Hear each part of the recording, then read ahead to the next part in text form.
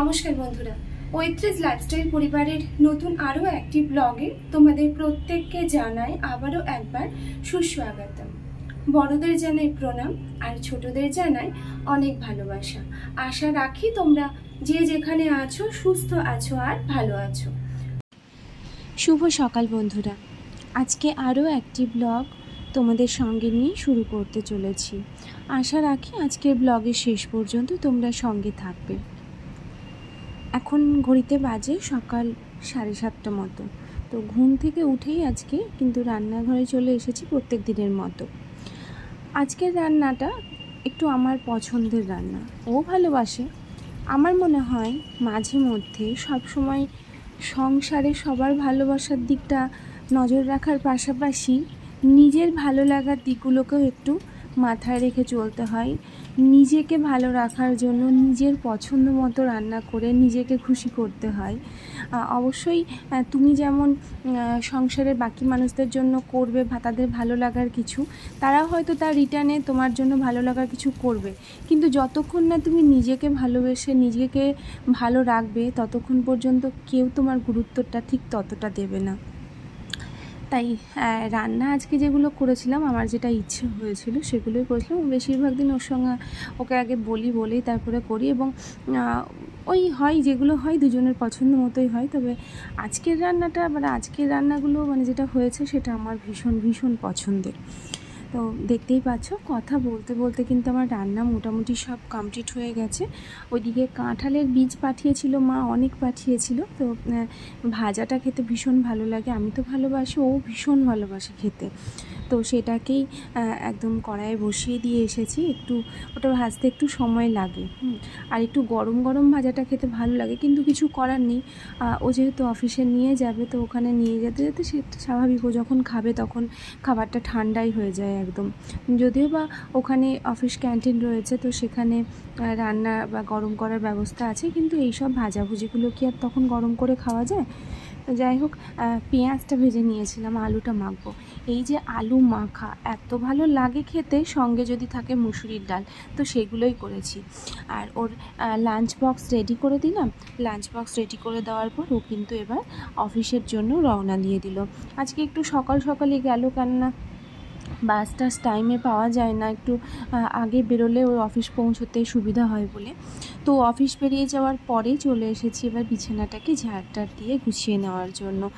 বিছানাটা না গোছানো পর্যন্ত শুধু মনে হয় সকালের কোনো কাজই বোধহয় এখনও পর্যন্ত কমপ্লিট হয়নি, যতক্ষণ না পর্যন্ত বিছানাটাকে ঝেড়ে ঝুড়ে পরিষ্কার করছি। যেই বিছানাটা ঝাড়া কমপ্লিট হয়ে যায়, মনে হয় যেন সকালের বেশ অনেকটা কাজই হয়ে গেল, ঘরটা অনেকটাই যেন পরিষ্কার হয়ে গেল। বিছানা ঝাড়া হতেই বেশ জামা কাপড় ছিল, আগের দিনের সমস্ত কাচাকুচি যেগুলো ছিল সেগুলোকে সব রাখাই ছিল, চেয়ারের ওপরে রেখে দিয়েছিলাম। যেটা আমার মনে হয় আমার মতো, আমার একার নয়, প্রত্যেক বাঙালি বাড়িতেই একটা করে চেয়ার থাকে যেখানে সমস্ত জামা কাপড় কি বলবো, বেশ পালা দিয়ে রাখা থাকে, পর্বত আকারে রাখাই থাকে। তো সেগুলোকেই একটু পরিষ্কার করলাম। প্রত্যেক দিন ভালো লাগে না, আমার ভালো লাগে না, কিন্তু মাদেরকে দেখি যে ঠিক সময় মতো একদম পুরো ডিউটি যে আমাকে এই কাজটা করতে হবে, এই সময় আমি ঠিক যখন ফাঁকা পাবো তখন এই কাজগুলো করে নিতে। তো এখন দেখলাম বাকি কাজ করতে যাওয়ার আগে বিছানাটা যখন ঝাড়া হয়ে গেছে তখন জামা কাপড়গুলো একটু গুছিয়ে নিই, ঘরটা বড্ড অগোছালো লাগছে দেখতে। তাই জামা কাপড় যেগুলো যা ছিল সেগুলোকে সব ভাঁজ করে আলনাতে রেখে দিলাম। আর এবার চলে এসেছি রান্নাঘর ক্লিন করার জন্য। যদিও বা আজকের রান্না করতে গিয়ে খুব একটা রান্নাঘরে তেলের ছিটে পড়েনি, খুব একটা নোংরা হয়নি। তবুও যেহেতু এঁঠো কাটার ব্যাপার আছে, সেই জন্য রান্নাঘরটা পরিষ্কার না করলে আমি গ্যাস ওভেনে অন্য কিছু করতেও পারবো না, চাটাও করতে পারবো না। তো সেই জন্যই চলে এসেছি এখন রান্নাঘরটা ক্লিন করার জন্য। তাহলে চলো আগে রান্নাঘরটাকে ক্লিন করে নিই।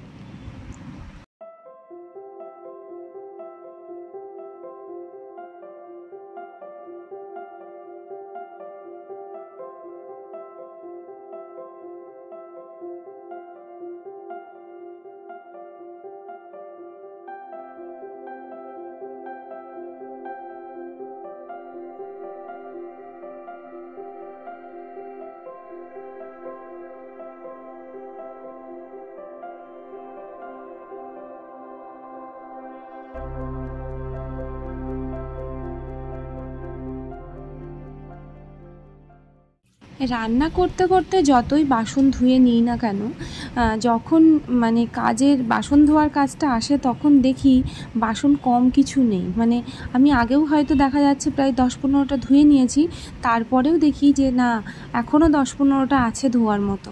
তো রান্নাঘরটা যখন পরিষ্কার করা হয়ে গেল, ভাবলাম যে কটা বাসন আছে এখনই ধুয়ে নিই, আর দুপুরে খাবার পরে যে বাসনগুলো থাকবে তখন খাবার পরে তখনই ধুয়ে নেব। তাই একদম চলে এসেছি, দেখো বাসনগুলো সব আমার মাজা হয়ে গেছে। তো এবার শুধু ধুয়ে নিচ্ছি, বাসন ধোয়া হয়ে গেছে। এবার স্ল্যাবটাকে একটু ধুয়ে মুছে নিই। আর এত ছোটো না, স্ল্যাবে একটু বেশি জল পড়লেই পুরো রান্নাঘর জলে ভেসে যায়, মানে খুব অসুবিধা হয়। ওই জন্য রান্নাঘরটা ক্লিন না করা পর্যন্ত আমি ঘরটা মুছতে পারি না। রান্নাঘরটা পরিষ্কার করে নিয়ে তারপরে আমি ঘর মুছি। তাতে কি হয়, যদি রান্নাঘর পরিষ্কার করতে গিয়ে যা জল টল পড়ে আমার একসঙ্গে ঘর মোছার সময়, তখন ওটাকেও একদম ভালোভাবে মুছে নেওয়া যায়। আর এখন 1 গামলা মতো জল ধরে রাখছি। জল কখন চলে যায় কিছু বোঝা যায় না, হুটহাট করে যে কোনো সময় জল চলে যায়। জল চলে গেলে তখন কি হয়, হয়তো একটু প্রয়োজন হাত ধোয়ার জন্য, সেটার জন্য আমাকে বসে থাকতে হয়। ওই জন্য বেশিরভাগ সময় চেষ্টা করি যে 1 গামলা করে জল অন্তত ধরে রাখার। যেদিনকে ধরে রাখি সেদিনকে জল আর যায় না, মানে যখন প্রয়োজন, যেদিনকে দেখবো জল ধরে রাখলাম না সেদিনকে ঠিক জল চলে যাবে। মানে এত বিরক্ত লাগে না এগুলো দেখে। তো পাশের ঘরে বেড কভারটা চেঞ্জ করেছিলে, তো চেঞ্জ করার পরে একটু ঝেড়ে ঝুড়ে বেড কভারটাকে সুন্দর না করলে ঠিক ভালো লাগবে না। তাই পাশের ঘরে এসে বেড কভারটাকে খুব সুন্দর করে ঝেড়ে ঝুড়ে পেতে দিলাম। বেড কভারটা কদিন পেতেছিলাম না, দেখছি বাজে লাগছে দেখতে। তো আবার মনে হলো যে মানে ওই 2টো ঘরের বেড কভার পরিষ্কার করতে হয় বলেই কদিন পেতেছিলাম না। তো তারপরে মনে হলো, তো আবার পেতে দিলাম। যাই হোক, এবার চা করতে চলে এসেছি। জন্মদিন ছিল, তো সেদিনকে অনেকটাই দুধ নেওয়া হয়েছিল, দুধ থেকে গেছিলো। তো ওই দুধটা কী করবো, না দই ছিল, সেজন্য ভাবলাম দুধটা দিয়ে একটু চা বানিয়ে খাই। আর অনেক দিনই, মানে প্রায় দুধ চা বেশ অনেক দিনই হলো খাইনি। সঙ্গে বিস্কুটগুলো, যদিও বা এই বিস্কুটটা আমার একদমই পছন্দ নয়, একটা নারকেলের গন্ধ, খেতে গিয়ে আমার একদমই ভালো লাগছে না। কিন্তু কিছু করার নেই, কিনে ফেলেছি, টাকা দিয়ে কিনেছি, সেই জিনিসটাকে আমি হাতে করে নিয়ে ফেলে দিতে পারবো না, সেই জন্য বাধ্য হয়ে খেতে হচ্ছে। তবে এই বিস্কুটটা আবার মানে কী বলবো, কান ধরেছি যে এই বিস্কুটটা অন্তত আর আনবো না। আমাকে দোকানদার বললে এইটাই সবথেকে বেশি ভালো, তো আমি ওনার কথায় বিশ্বাস করে নিলাম। যাই হোক, তো চাটা খেতে বসলাম। চাটা খাওয়ার পরে এবার বাকি কাজ রয়েছে, ঘরটার ঝাড় দেওয়া হয়নি, মোছা হয়নি, সেগুলো সব কমপ্লিট করব। মানে কাজ বসে থাকলেও মানে ঠিক মাথার মধ্যে আসতে থাকে যে এরপরে এই কাজ আমাকে করতে হবে, ওর পরে এই কাজ আমাকে করতে হবে। আবার যেদিনকে ভাববো যে আজকে সেরকম কিছু কাজ করব না, কিন্তু সেদিনকেই দেখি আমার সবথেকে বেশি কাজ বেড়ে যায়। মানে কিছু না কিছুভাবে আমার কাজ বেড়ে যাবে। আবার যেদিনকে ভাবি আজকে একটু তাড়াহুড়োর মধ্যেই সমস্ত কাজগুলো কমপ্লিট করব, সেদিনও ঠিক একই অবস্থায় হয় আমার। মানে যেটা ভেবে রাখি সেটা আর কিছুতেই মানে হয় না, হয়ে ওঠে না। তো দেখো ঘরটার ঝাড় দেওয়া হয়ে গেছে। তো এবার মুছার জন্য মুছতে শুরু করেছি। এটা ব্যালকনিটাও আমি প্রত্যেক দিনই মুছে পরিষ্কার করে রাখি। ধুলো পড়ে, হাওয়া দেয়, সেই জন্য ধুলো তো উড়ে আসে, ধুলো পড়ে, ওই জন্য প্রত্যেক দিনই ঝাড় দিয়ে মুছি। তারপরে চলে গেছিলাম স্নান করতে। তো স্নান টান সেরে এসে এত গরমে না চুলটা ছেড়ে রাখতেও ভালো লাগে না। আবার চুল, ভেজা চুল যে বেঁধে রাখবো সেটাতেও সমস্যা, তাতেও আবার ঠান্ডা লেগে যাবে।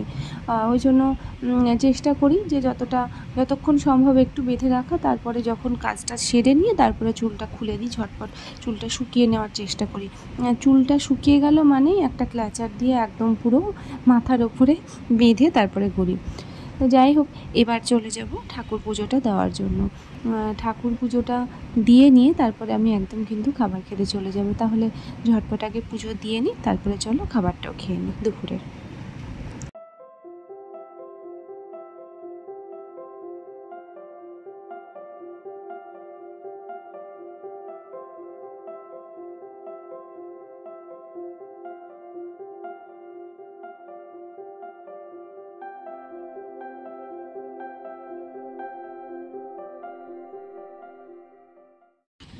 এই রকম খাবার আমার মনে হয় আমার মতো তোমাদেরও ফেভারিট।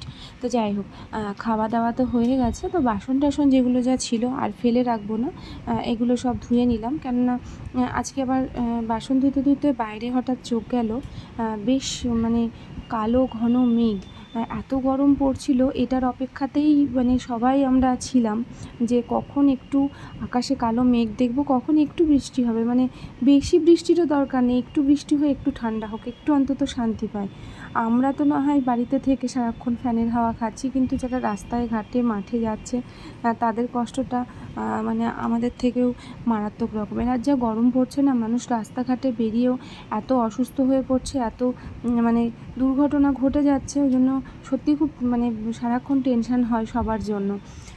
যাই হোক, কথা বলতে বলতে বাসন তো আমার ধোয়া হয়ে গেল। আর এবার দেখো, রান্নাঘর থেকে একবার তোমাদেরকে দেখিয়েই দিই কেমন মেঘ করেছে। মেঘটা দেখে যে এত আনন্দ হচ্ছে।